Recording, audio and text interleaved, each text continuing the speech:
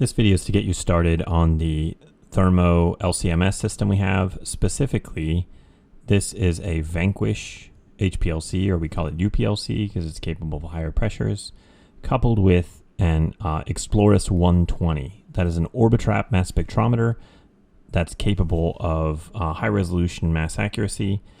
Technically, it's a Q Orbitrap, so it can also do MSMS.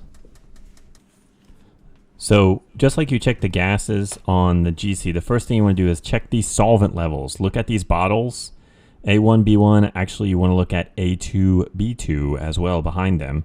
And you also need to look at this rear SEP wash. If any of these bottles are at or below 200 milliliters, you need to let me or a mentor know. It's really important here. You can damage or ruin the column if we run out of solvent. It doesn't just stop. It can actually hurt the instrument if we run out of solvent. So always check the solvent first thing. So if you need to load a sample in the instrument, this is the compartment on the HPLC. That's the auto sampler that you're going to open up. And odds are you're going to have to move between the trays. There's a blue, red, yellow, and green. You're going to need to hit that rotate button right there. And you can see right now we're on the blue. And if I press and hold this rotate, it jumps to the yellow and then to the red, to the green. And I'm going to go ahead and load my samples there in the green tray, or designated G. And you can see there's GA1, GA2, etc., and GB1 and all those things. So that's where you find out which tray you're in, the G tray, and you hit that rotate button if you need to go between those trays. The software to run this instrument is called XCalibur. It's a Thermo software package for a Thermo instrument. It's sure to be open on the bottom there like it is here, but if you need to open it, you double click on that XCalibur icon. So I open it up on the bottom here, and this is the sequence view. But if I'm not in the sequence view, I can click on the roadmap view and then alternate to the sequence view, and there's actually also real-time data view. But I'm going to go ahead and open up the example method that should be in your folder. And we'll do another zoom in here as we show the important parts to fill in. Now you need to give it a file name. Here I've got just your sample blank, but I'm going to fill that in with heroin blank because I'm running heroin. And then for my second thing, that is the actual heroin standard I'm going to run. It's really important the file name has no special characters, including spaces. The path is going to be where you want your data to go. And in here, you're going to navigate to your folder, which should be on the D drive.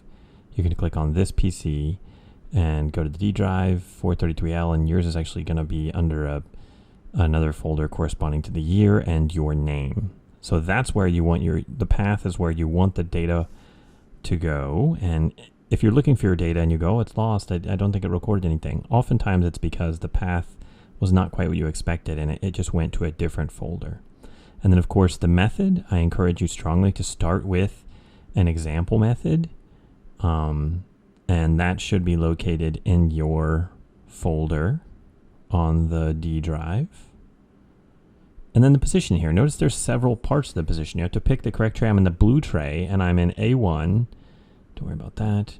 And blue A2. But I could be in red A4. I'm sorry, F1 and F2. There's A1 through A8, I think, and then there's B, C, D rows within the blue, red, green, and yellow trays. So make sure you're in the right tray. After I'm done with that, I'm going to hit File, Save As, and I'm going to give it a new name. If I just hit Save, I'm going to overwrite the example sequence, which is not the end of the world. It's your folder and your stuff, but it's nice to have something to fall back on. And then you're ready. When you've got this and you've got it saved, Actions, Run Sequence.